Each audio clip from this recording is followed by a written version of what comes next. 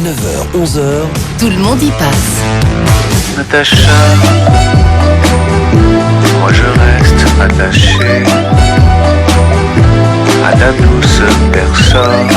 Et ils sont nombreux à être restés attachés à elle, qui est si belle, Natacha, la craquante hôtesse de l'air. Natacha que dessine François Walteri depuis 40 ans.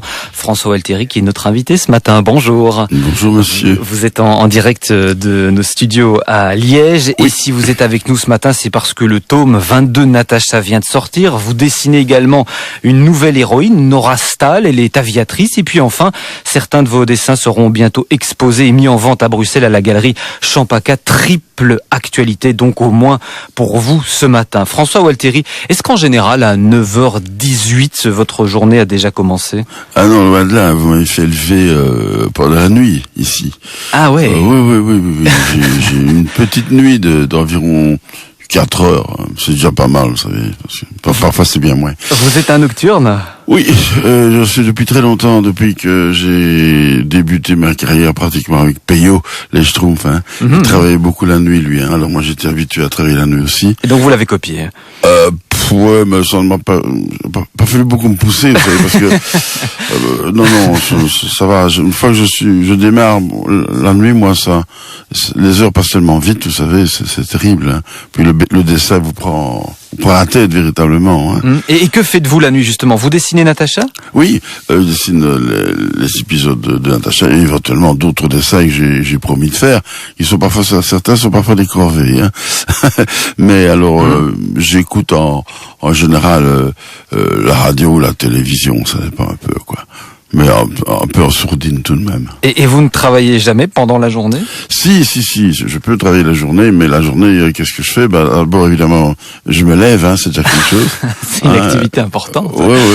C'est un problème parce que je fonctionne un peu comme un zombie, pendant 1 heure, il faut pas me parler, et puis finalement, j'émerge. Mais, il y a beaucoup de gens qui sont comme ça. Alors, là, je fais mon courrier, enfin, c'est pas grand chose, je réponds à 2-3 lettres, puis je vérifie un peu sur ce qui est arrivé sur le fax. Je n'ai pas d'ordinateur, moi. Hein. Alors, ces activités. Alors, je vais boire mon café tranquillement, lire mon journal. Et là, parfois, il y a des gens qui passent et qui viennent me faire dédicacer des bouquins. Comme ça évite qu'ils passent à la maison et encombrer tout le bazar, quoi. Voilà. 2012, ça a été l'année de vos 50 ans de carrière et vous écriviez à propos de vous à ce moment-là 50 années de métier d'un paresseux de la BD. Ça c'est vrai. Je suis reconnu comme un paresseux de la BD, pourtant je travaille beaucoup, et j'ai travaillé beaucoup, et je travaille toujours beaucoup. Mais effectivement, Et pourquoi est-ce que l'on vous colle cette étiquette? Ouais, ça vient de quand j'étais chez Peyo, il y avait Yvan Delporte, rédacteur en chef de Spirou, qui disait toujours, Peyo rentre toujours ses planches en retard. Et Peyo disait toujours que maintenant c'est François qui est pas à temps. Voilà. Alors finalement c'est devenu un gag presque. C'est finalement un gag. Vous savez, tous les dessinateurs sont un peu flâneurs, un peu paresseux, mais quand ils travaillent, ce sont des gros travailleurs. Et dans une interview, vous avez dit, le problème, ce n'est pas de dessiner, c'est d'arriver à la table à dessin. Ah oui, ça c'est vrai. Oh là là. Qu'est-ce qui vous pousse finalement à y aller jusqu'à la table à dessin? Bien, c'est simplement le fait d'abord qu'il faut rentrer les planches, c'est indispensable. Et puis il faut quand même produire un album de temps en temps, ce que je fais.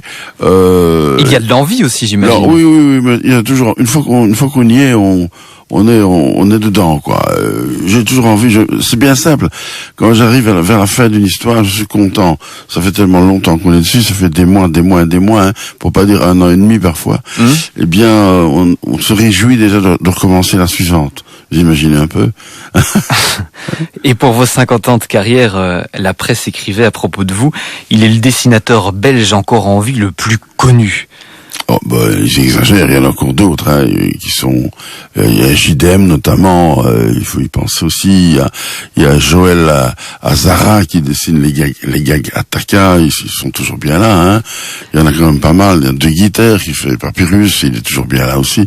Ce sont des vieux de la vieille, ceux-là, Et vous avez quand même, malgré tout, le sentiment de faire partie des derniers dinosaures? On me le dit, j'essaie de pas y penser, mais c'est maintenant c'est marqué remarqué dans la presse quand je vois un des derniers survivants de l'équipe, de la vieille équipe Spirou.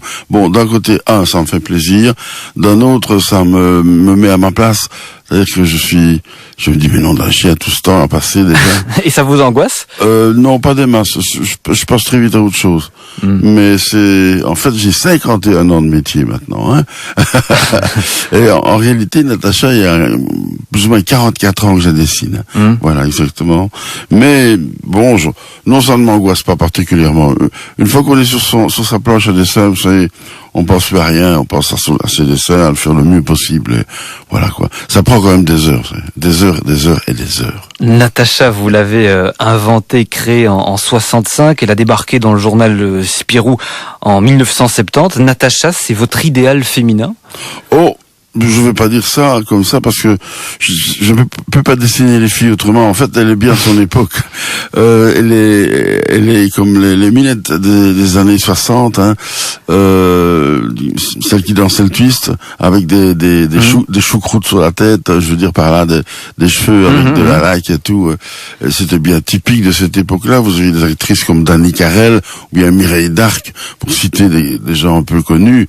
Mais bon, c'était le style des filles de ce moment-là. Donc, il y avait pas, elles n'étaient pas encore toutes atteintes d'obésité, comme malheureusement maintenant il y en a beaucoup. Mais c'était tout filles, des petites minettes que je sais pas, c'est pas péjoratif, vous savez. Nous on était des petits minets, hein. Alors voilà. mais qui est le modèle qui vous a permis de dessiner Natacha? Il y a une fille en particulier? Oui. J'ai une amie près de chez moi. Elle m'a surtout appris à dessiner les yeux. Les yeux sont très difficiles à faire. Et il y avait un maquillage typique de l'époque, qui est toujours resté le maquillage de Natacha d'ailleurs. Des grands yeux comme ça, hein. Et alors, oui, elle m'a servi de modèle, bien entendu, mais un peu comme ça par hasard, parce que les filles à l'époque avaient de ce qu'on appelait, peut-être toujours maintenant, des carnets de poésie, on appelait ça comme ça, et il fallait leur faire un dessin dedans. Alors évidemment, comme je dessinais déjà, forcément, elle me demandait un dessin. Alors j'essayais de les portraiturer, de caricaturer, si vous voulez, et ça a donné des résultats comme ça. Puis j'oublie quand même de dire qu'au fur et à mesure, j'étais toujours tout de même chez Peyo à cette époque-là, déjà depuis 63. Et alors, je dessinais des Schtroumpfs, et je dessinais Bonhomme Risser, et je dessinais aussi une autre histoire qui s'appelait Jackie et Célestin, pour le soir illustré. Et là-dedans, il y avait des petites filles, des petites femmes qui passaient. Et c'était Willy Maltête, Will, qui dessinait Tiff et Tondu, et Isabelle, qui m'a vraiment appris à dessiner convenablement les filles. Ça a été mon prof, ça. Voilà. Alors, Natacha est une jeune femme qui a un sacré tempérament. Elle est indépendante. Elle n'a pas froid aux yeux. Elle partage des traits de caractère avec vous, François Walteri? Je suis plus lâche qu'elle, ça, y a pas de problème. Vous êtes un lâche? Oui, j'ai une tendance comme ça à éviter les conflits, quels qu'ils soient. Je suis un peu, comment on appelle ça, pas très diplomate, mais je trouve toujours une pièce pour mettre sur ce qui ne va pas, quoi. Hein, quitte même à mentir parfois pour le bien de tous, hein. Et éviter les bagarres, faire des trucs comme ça, quoi. Il a créé une héroïne qui a de beaux yeux de biche et un corps irrésistible. C'est le papa de Natacha que vous entendez rigoler, qui est notre invité ce matin. François Walteri, vous êtes avec nous en direct. L'épervier bleu, c'est le tome 22 déjà de Natacha qui vient de sortir. Natacha qui lit les carnets de voyage de sa grand-mère et qui nous emmène non pas dans les airs, mais en mer, à bord d'un petit voilier qui a pour nom l'épervier bleu. C'est Sirius, un auteur de BD belge qui est mort en 97, qui signe le scénario. Ce scénario, c'est un héritage qu'il vous a légué? En quelque sorte, je le connaissais très très bien, Sirius. J'allais en vacances chez lui en Espagne, parce qu'il est belge, hein, mais il habitait l'Espagne, à Ravella exactement, au-dessus d'Alicante. Et j'allais là avec Maurice Tilleux. Et ainsi, je lui ai demandé un jour, j'aimerais bien Max c'est son prénom, c'est Maximilien Mailleux, son vrai nom, hein. Et je lui ai dit, Max, j'aimerais tellement bien de faire une histoire avec vous une fois, comme ça me plairait bien, mais une histoire de bateau, parce que les bateaux, je m'y connais pas, mais lui, s'y connaît parce que il est marin, quoi, hein, en plus, hein. En plus, il a eu le même petit bateau qui est dessiné dans cette histoire. Et alors, Et il m'avait dit, je lui ai dit, je voudrais bien l'histoire du genre comme l'épervier bleu. L'épervier bleu, c'était son personnage principal, fin de la guerre 40 et début 50 dans Jean Spirou. Et c'est un peu un hommage d'avoir appelé l'épervier bleu, le petit bateau, qui était le nom de son personnage. En fait, il me fallait un nom pour le bateau, et voilà. J'ai appelé l'épervier bleu en souvenir de Sirius. Mais donc concrètement, il vous a donné une histoire? Oui, à un moment donné? Je lui ai demandé est-ce qu'on ne pourrait pas faire une adaptation style des aventures qui se passaient avec l'épervier bleu, qui était très aventureux sur les mers et tout ça. Et alors il me dit oui. Alors il m'a fait carrément une sorte de remake appelons ça comme ça, c'était la mode, un remake d'un de ses bouquins qui s'appelait L'île aux perles. Et il y avait 200 pages d'écriture. Et il m'a dit écoute, tu pompes là-dedans, tu prends ce qui t'intéresse, parce que 200 pages c'est beaucoup. J'ai dit non, je prends tout. Ça va, je prends tout. Mais 200 pages écrites, ce n'est pas 200 pages de BD, hein. Ça peut être plus court que ça. Mais c'est quand même l'équivalence de 2 albums, hein. Je suis obligé de faire un deuxième album maintenant, voilà. Je termine le numéro 22, le numéro 22 se termine. Ils sont tous dans une catastrophe pas possible. Alors il faut les en tirer. Et c'est dans le prochain qu'on verra comment ils s'en tirent. Mais c'est c'est Sirius, qui a bien écrit ce scénario. Il n'y a pas de problème. Parce que tout le monde se demande comment ça se fait, mais non, je connaissais très très bien. Il y a quand même longtemps que je traîne mes bottes dans ce métier. Il vaut mieux compter les dessinateurs que j'ai pas connus, c'est plus facile, hein, parce que j'en ai connu vraiment beaucoup, hein. Malheureusement, beaucoup nous ont quittés, vous le savez, et c'est parfois triste à porter. Vous avez créé donc le personnage de Natacha, mais vous n'écrivez pas ces histoires. Comment ça se fait? Si, je participe toujours au scénario. D'accord. Si, automatiquement, parce que je me méfie toujours, parce que... Vous méfiez? Ah oui, il y a des scénaristes qui pourraient aller plus loin. Je dis, non, Natacha ne fait pas ça, hein, non. Qu'est-ce qu'elle ne fait pas, Natacha? Des choses qu'on fait dans les autres bandes dessinées, plus adultes. Mais non, ici, il s'agit d'un personnage, comme on dit, Natacha est une série à mettre dans toutes les mains. Alors, voilà. Et disons que il y a parfois un clin d'œil qui est fait comme ça pour rigoler. Avec Walter et Natacha, on se marre toujours. Mais seulement, ce qu'il y a, c'est que je travaille avec Covin aussi, j'ai travaillé avec Thieu, j'ai travaillé avec Payot. Mais oui, vous avez changé beaucoup de scénaristes. Oui, hein. Mais ils étaient tous d'accord et aucun problème. Mais quand on travaille avec des gens comme Payot et Thieu, on pouvait travailler les yeux fermés, hein, il y avait aucun problème. Hein. Et Max et Sirius aussi, il n'y a pas de problème. Enfin, maintenant, je travaille avec d'autres scénaristes aussi, avec Guy Darté notamment, lui, un vieux camarade, et puis aussi je travaille avec Bruno Di Sano, qui lui est un décoriste, plus principalement. Je signale qu'ici, dans cet album-ci, j'ai fait tous les décors moi-même, j'ai tout dessiné moi-même. Quand je travaille avec des gens comme Payot, Thieu ou bien Sirius, je dessine tout moi-même, parce que pourquoi dessiner à deux parfois? C'est simple, c'est une question de solitude. Simplement parce qu'un dessinateur est toujours très seul devant sa planche à dessin, et c'est parfois pénible par moment, quoi. Voilà, alors cet album, vous écrivez qu'il est pour Michel, votre épouse, et pour votre grand Nicolas, qui ont, je cite, supporté mes jurons lorsque je dessinais les bateaux de cet album. Oui, surtout les cordages. Alors, je me prenais les pieds dedans, mais en fait, la BD, on triche toujours un peu dans les perspectives, il y a toujours moyen de masquer quelque chose par un petit nuage, par quelqu'un qui passe devant, donc ça va. Mais j'ai quand même juré, parce que franchement, c'était pas facile. Les bateaux, c'est pas facile, hein. Les avions, c'est compliqué, mais les bateaux, c'est pas facile du tout. Donc, j'en avais jamais fait, et c'est la qualité du scénario, la qualité de marin qu'avait Sirius m'a permis d'ailleurs de faire quelque chose. J'aurais jamais pu traiter ce sujet si j'avais pas eu un connaisseur avec moi, c'est obligatoire. J'ai eu Étienne Borgers qui est un ingénieur technicien qui fait encore des histoires avec moi pour l'instant. Eh bien, je l'ai eu pour Natacha qui s'appelait Les Machines Incertaines. Et bien, parce que je l'ai eu avec moi. Il est technicien, il pouvait parler de quelque chose de technique dont moi je pouvais pas parler, quoi. Donc je m'entoure quand même de gens qui ont des capacités quand même particulières, vous comprenez? Oui. Et vous vous énervez régulièrement quand vous dessinez? Oui. Ou c'est juste quand vous dessinez des bateaux? Non, je peux arriver à jurer comme ça parce que on s'acharne sur un porte-plume qui fonctionne plus, alors qu'il suffit simplement de changer de plume, hein, mais on change pas. Alors, comment on fait des tâches? Alors, l'encre ne sèche pas assez vite, alors automatiquement, on passe son coude dessus sans le faire exprès, et paf, dans le visage d'un personnage. Alors, vous devriez entendre les jurons, hein, c'est fort. Je devrais aller On imagine. On fait tous les jours. Pour cette BD, François Walteri, vous assurez le dessin, les décors, mais aussi le découpage et la rythmique. Quel est le bon rythme pour une aventure de Natacha? Ah, la rythmique, oui, j'insiste là-dessus parce que faire un dessinateur de bande dessinée n'est pas simplement que il a un scénario et puis il fait les dessins. C'est pas ça du tout. C'est un metteur en scène, c'est un comédien aussi. Je dois jouer la comédie avec tous mes personnages. Ils ne fonctionnent pas tous de la même manière. Alors et les décors aussi, il y a une espèce de mise en scène et de rythmique. C'est-à-dire que il y a j'adore dessiner les mouvements, hein.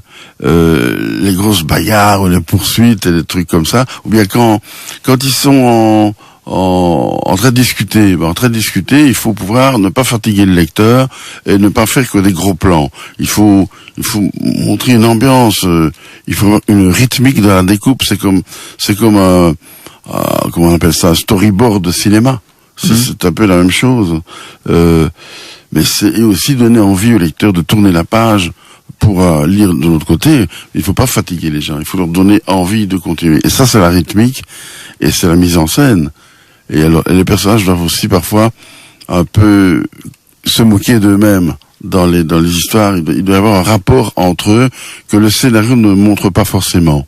Vous voyez ce que je veux dire? Voilà les ficelles. Oui, ce sont des trucs employés au théâtre, employés au cinéma. On emploie tous la même chose, hein, moi, je veux dire, là, en bande dessinée, ça coûte moins cher qu'au théâtre et qu'au cinéma, hein. On peut faire un accident de bagnole, ça ne coûte pas cher. Mais donc, vous êtes aussi réalisateur et metteur en scène. Alors, à côté de la sortie de ce nouvel album de Natacha, vous nous présentez aussi ce matin L'Aviatrice, une nouvelle série. L'héroïne, c'est Nora Stahl, elle est pilote d'avion, et elle est brune. Elle a les mêmes yeux de biche que Natacha. Natacha et Nora, elles font partie de la même famille? C'est sa sœur. Ah, c'est sa sœur, voilà, le scoop. J'exagère. Non, ça se passe en 1935, L'Aviatrice. Et alors, c'est en réalité un personnage que, en fait, avant, on dessinait avec Bruno Dissano, on dessinait Rubine aux éditions du Lombard. Et alors, la série s'est arrêtée pour des raisons X, Y. Et alors, Bruno n'ayant plus de boulot, eh bien, on a trouvé à faire ce personnage-là qui se passe en 1935. C'est les aviatrices du temps d'Hélène Boucher. Il y avait moyen de faire quelque chose, quoi. Alors, on a demandé à Borgers de nous concocter un scénario, dépêche-toi, on est pressé, hein. Voilà. Et pour avoir du boulot pour l'ami Bruno. Et c'est ce que j'ai fait. Et finalement, ça s'est très très bien passé, mais on savait pas du tout où on allait, hein. Franchement, c'est une histoire qui était vraiment un gros point d'interrogation au-dessus de la tête de Dissano, de Borgers et de moi, hein. Mais ceci dit, je crois qu'on s'en est bien sorti.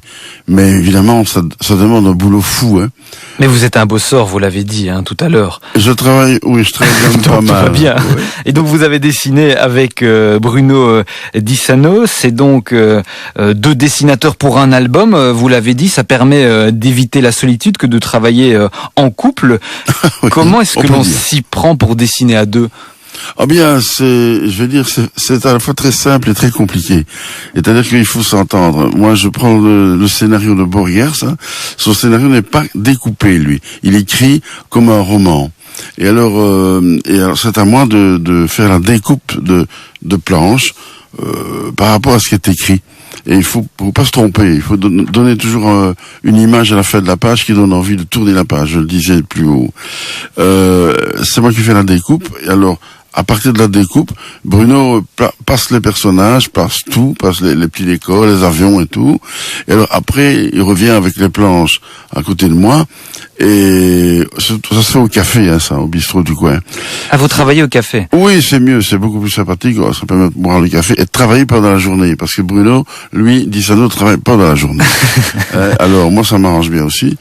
Et alors, moi, après ça, je reprends les crayonnés, je regarde, alors j'ajoute des mains à droite à gauche, j'ajoute un autre mouvement, ou bien je dis, tiens, on aurait peut-être pu faire ça autrement. On discute entre nous, quoi. C'est une autre manière de travailler que Natacha, c'est pas la même chose. Tandis que Borges fournit donc un roman, appelons ça comme ça, et moi je découpe, et Bruno remet en page, et puis alors on revient sur le crayonné tous les deux après, et par après ça, Di Sarno passe à l'encre. Il m'est arrivé aussi de passer à l'encre aussi. C'est pas si simple que ça, c'est tout un... Il faut compter 4 jours pour faire une planche. C'est un grand nom de la BD belge que nous recevons ce matin. François Walteri, le papa de Natacha, est notre invité en direct sur la première. François Walteri, il y a quelques jours, Zidrou, le scénariste de l'élève du Cobu notamment, était dans Tout le monde y passe. Et écoutez ce qu'il disait à propos des nouvelles têtes, des nouvelles pousses dans le monde de la BD. Oui. Le plus important aujourd'hui, c'est que, contrairement à ce que tout le monde dit, la bande dessinée vit quand même un âge d'or dans le domaine de la création. Et ce que les gens demandent, le public demande, ce sont des œuvres personnelles avec une âme, avec quelque chose qui raconte de différent. Je trouve que la bande dessinée s'est ouverte à des tas d'horizons, à des tas de types de narration, c'est-à-dire on peut continuer à vendre du Tunique Bleu, du Cédric, du Cobu, etc., tout en vendant un autre type de bande dessinée, et y compris des bandes dessinées qui nous racontent des choses qu'on n'aurait jamais imaginé pouvoir raconter il y a 20 ans. Donc je trouve franchement que c'est une époque assez excitante pour être un créateur de bande dessinée. Vous partagez ce point de vue ? Moi, je connais Zidrou aussi, évidemment, mais non, je partage. Oui, il a raison dans ce qu'il dit qu'il y a beaucoup plus de possibilités maintenant. Hein. Mais moi, ce que je dis surtout maintenant, malheureusement, il y a beaucoup trop de gens qui se servent d'ordinateurs et de tables graphiques et qui ne dessinent. Ils dessinent, mais ça se voit malheureusement, ça se voit trop. Moi, ça me gêne prodigieusement parce que je préfère ce qui est fait, comme ils disent tous maintenant à l'ancienne, donc comme beaucoup dessinent toujours, c'est-à-dire à la main. Maintenant, ça c'est au niveau technique, mais au niveau possibilité générale de parler de plein de choses différentes. Oui, c'est évident que c'est comme vous parleriez vous aussi d'âge d'or de la créativité pour la BD belge ? Moi, l'âge d'or de la créativité pour la BD belge, c'est incontestablement tous mes prédécesseurs. Hein. Tous ceux, vous les connaissez, Franquin, Hubinon, Tilleux, tous ces gens-là. Hein. Le véritable âge d'or dans la BD belge, c'était celui-là. Maintenant, il y a un âge d'or peut-être pour la technique, ça oui, ça c'est indiscutable. Mais maintenant, au niveau général de ce qui se fait, c'est un peu de tout. Hein. Il y a beaucoup de mauvais et un peu moins de bonnes choses. Mais il y a quand même beaucoup, c'est à s'y perdre d'ailleurs. Moi, quand je vais dans un magasin de BD, même ne prenons qu'un grand magasin tout court, je suis complètement dépassé par le choix qu'on me donne dans les bouquins. C'est énorme. C'est à vomir parfois. C'est comme dans les... Il y a trop de publications ? Je ne dirais pas qu'il y a trop parce que je peux pas dire ça pour les confrères et tout ça. Mais il y a de quoi s'y perdre. Il y a un choix multi-possibilités. Je ne pense pas que les libraires ne s'en sortent pas. Hein. Il faut savoir que chez un libraire, quand il reçoit des caisses de nouveautés, il sait vraiment pas où les foutre. Hein. Ils vont rester peut-être 8 jours en vitrine et encore, ça va changer parce qu'il y aura des nouveautés après. Donc votre bouquin, s'il a la chance d'être exposé, ce sera 8-10 jours, point barre, hein, c'est fini. Avant, on restait un peu plus longtemps quand même, il y avait moins de choses bien sûr. Mais c'est un vrai problème pour les libraires. Mais ils n'ont pas de place extensible. Hein. Et maintenant, au niveau de la création, ça c'est autre chose. Il y a beaucoup de choses qui se font. Et beaucoup de possibilités sont offertes à un tas de dessinateurs, à un tas de créateurs, bien entendu. Maintenant, je ne sais pas si c'est un âge d'or, hein, parce que franchement, Zidrou, il a son avis, j'ai le mien aussi. Alors, on l'entend bien ce matin. Je partage. Mais non, mais je veux dire par là que quand je lis un illustré de bande dessinée, vous me direz, mais c'est plus fait pour moi non plus, hein, vu mon âge. Fournier me le disait encore il y a pas tellement longtemps. C'est plus fait pour nous, tu vois. Alors, moi. Les 3/4 du journal me tombent des mains. Hein. Il y a des trucs que je passe. Par contre, je passe parfois à côté d'une bonne chose. Ça m'est arrivé. C'est mon fils qui m'a fait remarquer. Alors je reprends, je relis, et je dis tiens, nom de Dieu, j'ai échappé. J'ai perdu ça de vue, quoi. Alors finalement, je m'y attache. J'adore Parker et Badger pour les signaler comme ça. Mais bon. Mais c'est des exceptions. Oui, mais je lis tout. Hein. Malheureusement, maintenant, je dois reconnaître une chose, c'est quand on prend un journal de bande dessinée, je m'écris toujours, où est l'humour? Au secours, où est l'humour? Hein, et alors aussi, il y a énormément de monde qui sont dans ce métier-là, que JG, le grand JG, Joseph Gillin et Franquet ont renvoyé à leurs chères études de dessin, n'est-ce pas? Maintenant, je dis, l'ordinateur est probablement ne fait rien à votre place. Hein, il est probablement coupable de ça, je ne sais pas. Enfin, il y a des nouvelles techniques, bien sûr, que je connais pas, que je n'aime pas d'ailleurs, mais bon. Mais vous préférez le travail à l'ancienne, on l'aura compris. François Walteri, vous avez aujourd'hui 67 ans. Non, un peu plus. Ah, 60, un peu plus 68. Ah, 68. Écoutez, j'en étais resté à 67. C'est très bien. Quand allez-vous prendre votre retraite? Mais écoutez, qu'est-ce qu'on appelle une retraite? On cotise toute sa vie, hein, comme indépendant. J'ai cotisé à partir de l'âge de 15 ans et demi, à cause que ma mère avait réglé les papiers à l'époque. Moi, je pensais qu'à cet âge-là, on pense pas à prendre sa pension, toute sa retraite, hein. Et on m'a signalé que j'avais cotisé 3 ans de trop. Ce qui fait que moi, je suis à 45e. 3 ans non remboursables, bien sûr. Mais je ne l'ai pas fait exprès. Il m'avait prévenu. Avant, j'avais pas vu le papier, j'avais foutu au bac pour que je faisais de la pub. Mais donc vous n'allez quand même pas lâcher le crayon? Non, c'est sur des questions. Je suis retraité obligatoire par la loi. Hein, j'ai versé toutes les années qu'il fallait, sans même très bien m'en rendre compte. Et alors, automatiquement, mais l'activité continue toujours. D'ailleurs, ils le savent, hein, c'est marqué, c'est écrit. Mais non, il n'y a pas de raison. Un dessinateur ne prend jamais sa retraite. Merci. Merci d'avoir été notre invité ce matin, François Walteri.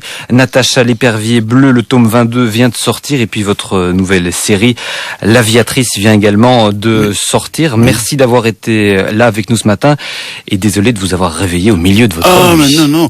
N'oubliez pas de parler de l'intégrale numéro 5 de Natacha qui paraît aussi chez Dupuis. Comme ça, tout est dit. Voilà, merci. Allez, bonne journée, bonne fin de nuit. Maintenant, je vais dormir.